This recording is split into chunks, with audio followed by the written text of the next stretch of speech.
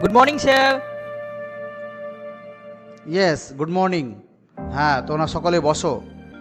Sir আজ class করতে ইচ্ছা করছে না, একটা গল্প শোনান না। আচ্ছা ঠিক আছে, তাহলে আজকে একটা গল্পই তোমাদের শোনাই। সুমন একটি গ্রামের ছেলে। সে খুবই পরিশ্রমী এবং মেধাবী। তার স্বপ্ন ছিল একজন বড় ডাক্তার হওয়ার, কিন্তু তার পরিবারের আর্থিক অবস্থা খুবই খারাপ ছিল। তবুও সুমন তার স্বপ্ন পূরণের জন্য কঠোর পরিশ্রম করত। প্রতিদিন সে স্কুল ছেড়ে বাড়ি এসে পড়াশোনা করত এবং রাতের বেলায় বাবার সাথে কাজ করত।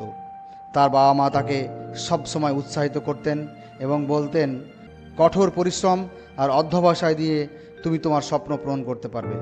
ক্লাসে সুমন সবসময় ভালো নম্বর পেত এবং শিক্ষকরাও তার প্রশংসা করতেন।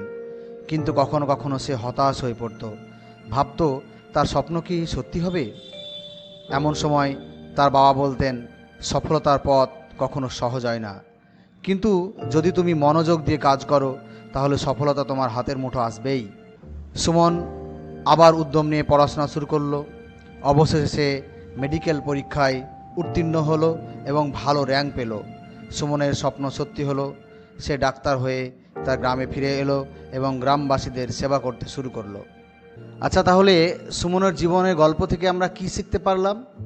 আমরা শিখতে পারলাম যে কঠোর পরিশ্রম, অধ্যবসায় এবং মনোবল থাকলে সব বাধা পেরিয়ে সফলতা অর্জন করা সম্ভব।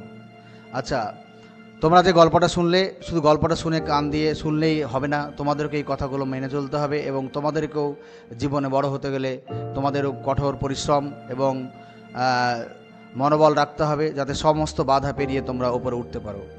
Hi viewers, follow and subscribe our channel to get new story and jokes. Bye bye.